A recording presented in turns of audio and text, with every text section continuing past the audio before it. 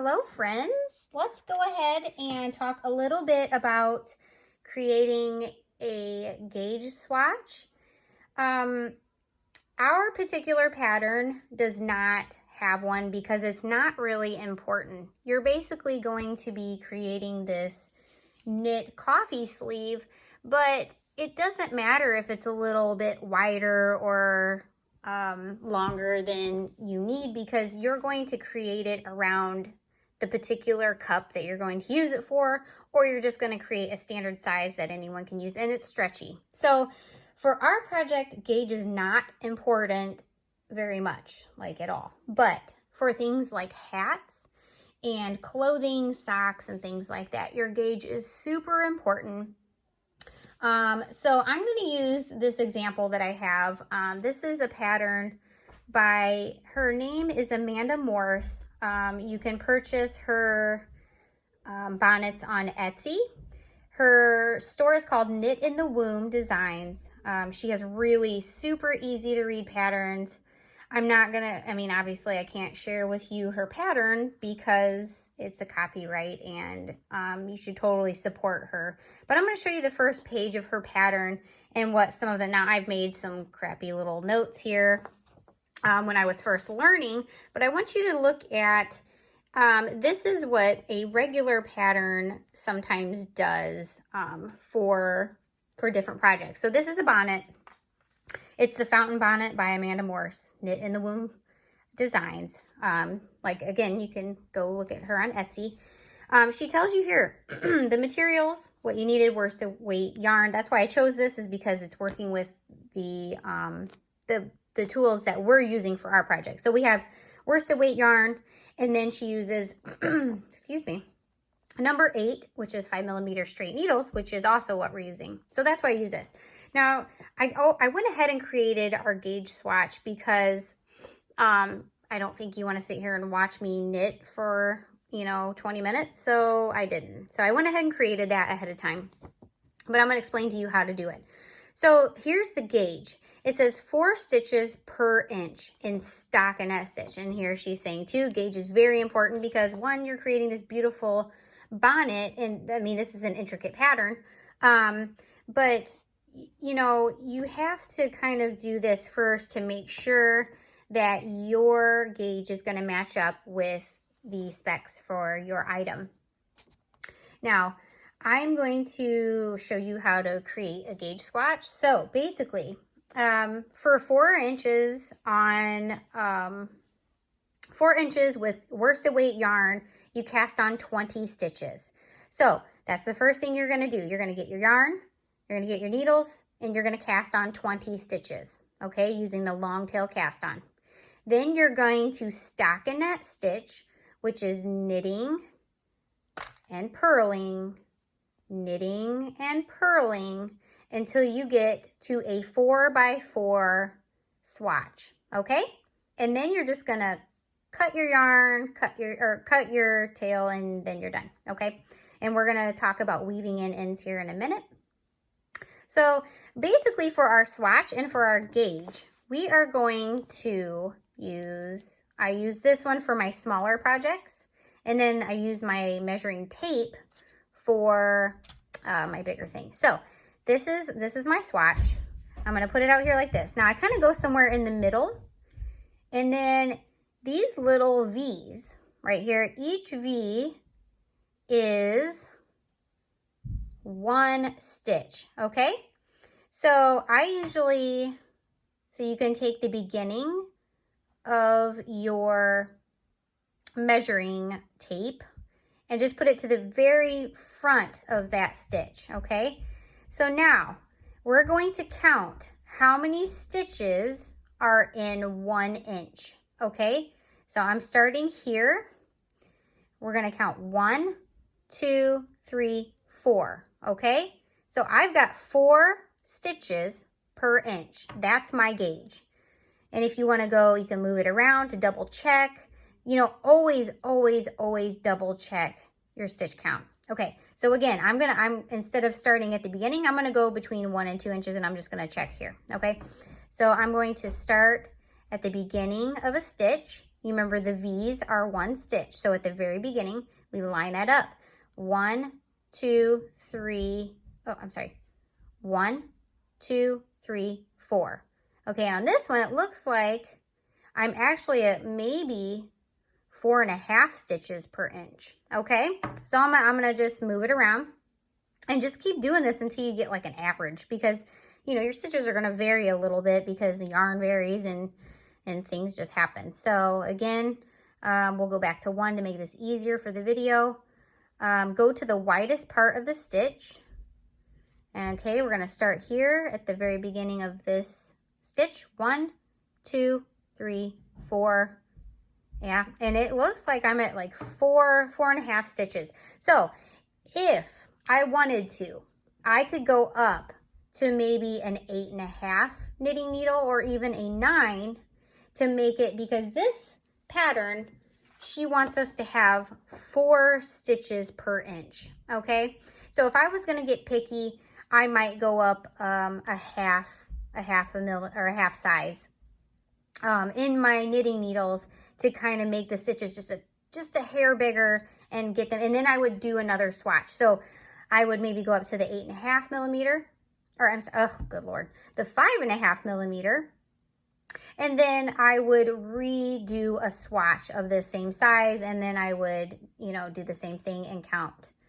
So just remember, when you're counting, each V is a stitch, okay? And in some patterns, they actually even have you measure lengthwise too. So you're gonna count your rows. So each V is a row. So let's say we're gonna count, we're just gonna count, here, we'll go from the bind off here.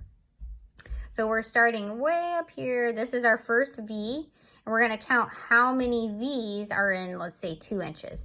So we're gonna go 1, 2, 3, 4, 5, 6, 7, 8, 9, 10, 11. Yeah, 11 looks like yeah, just 11. Okay, so we have 11 stitches per 2 inches lengthwise per row. So I have really not used any patterns that it was necessary to do that with, but I don't knit things like sweaters and stuff like that. I just don't want to. So yeah, I do hats, I do bonnets, I do cute little things. That's just my thing. So that is a gauge swatch, and that is how you would count your stitches to find out your proper gauge. Okay, and again, you can adjust with your needle size. For our project, don't worry about that. You don't need to do that. Okay, now we're going to talk about weaving in our ends. So here's my little crappy packet. I've got mine taped together because it's seen its fair share of uses. So I'm going to get out my yarn needle. See, they give you these plastic ones sometimes too. I don't like them. I just don't. I much prefer the metal ones. They just hold up a little bit better. Okay, so to begin by weaving in our ends, we're going to turn to the wrong side, okay? And we're going to, you can start at either end, whichever one you'd like. And we're going to just put in our yarn and pull it through just a little bit, okay? Just enough so it's not gonna fall apart. Now, these little bumps back here, this is the purl side, this is the wrong side, right? So there's these U's and these like umbrellas. So you've got U's and umbrellas, U, umbrella. Basically, you're gonna go in through an umbrella, and you're gonna kind of catty corner this and go in through a U, okay? So you gotta do this really close to where your yarn is, otherwise you're gonna have a long like string. So just do this at the corner of where your yarn is started. So we're gonna pull this through, okay? So this is kind of our starting place. I don't know what I did there with that yarn. Anyway, okay. So now that we have that in there, we're gonna follow the umbrella through a U and back catty corner through another umbrella. Okay, so you're just following the pattern. Okay, so now we went through here, We brought it through this stitch. Now we're going to follow this around, bring it through this, and up through the umbrella, and there. Okay, so it is weaving in these ends in pattern, okay? So you won't see them. So we're going to follow this umbrella, go through the U, through another umbrella. Okay, go follow that around, go through that and caddy corner through the U. Basically, it just takes practice. Like, you'll start to see that it just becomes easier and easier as time goes on, and you don't even have to think about this. Okay, so you're just following the pattern. Follow the loop, go caddy corner, go up. Now you follow this loop around and go in through that one and through this. Okay, so you're ending up where you started, under, through, and this is where that stitch went down. Okay, so basically now I pull it just a little bit tight when I do it about maybe 1.5 inches or 2 inches, and then I pull it a little tight so that, not crazy, when I snip it, that end will kind of be hidden in there. So now you can't even see it, right? Which is pretty cool. Same thing down here. So we're gonna do it again. Get rid of that. Get rid of that. Get rid of that. Okay. So we put our yarn in through the needle. My kids are stomping around up there, so sorry about that. Okay. Again, our yarn is coming out right here. So we're gonna go in. We'll go in through this umbrella, that U. Okay. Just to give us a starting point. And you're not pulling really tight because you don't want your project to curl up any more than it already does. So now we're going to follow the umbrella around through the U and through an umbrella. Okay, pull that through. Sometimes this is easier if you go up a row than doing it on this baseline, but I've already started, so here we are. Through. Okay. Follow that over and around and through and back through that one. And follow this around and through. Okay. Follow that umbrella around. Whoops. Through the U, through the umbrella. Okay. Go underneath, through. Okay. I'm good for now. You would probably do this a little bit longer, but this is just a swatch and I don't want to keep doing it because I will bore you to death. Okay, so now that it's in pattern, I mean, I could have snipped that a little closer so that you don't see it. All right, there we go. Okay, so now when you're looking at the back of the work, for the most part, you're not going to see where you weaved in your ends because they're hidden. If you don't do them in patterns and you just weave them in here, it's fine. But sometimes, like when you start, like let's say this is a hat, this is stretched out, you're gonna see those lines and it's gonna look tacky. So you might as well learn to do it the right way. It takes maybe a little extra time, but you know what? It looks so much better and it looks professional. And then if you decide you wanna start selling your items, people aren't looking at you like, oh, well that looks kind of tacky, because it'll look like a beautiful finished project front and back. Okay, so that's weaving in your ends. I think the only thing I am going to talk about now is blocking. Our project, we won't need to block because our project has, let's go back to our project. It has garter stitch on the edges, okay? And that keeps it from curling. Now, I did this way to show you, okay? This is what stockinette stitch does. It curls.